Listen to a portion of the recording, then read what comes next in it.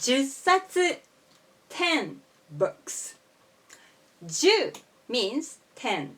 冊 is a counter for counting books. So 10冊 means 10 books. And 10冊 gunshot death.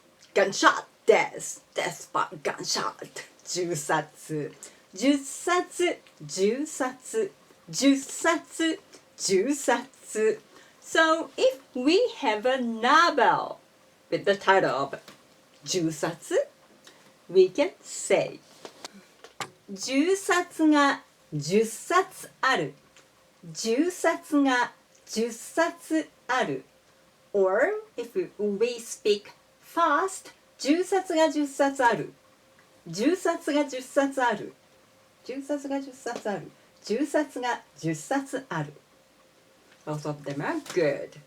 There are 10 jyuusatsu. Actually, we really have a novel with the title of jyuusatsu. I've never read it.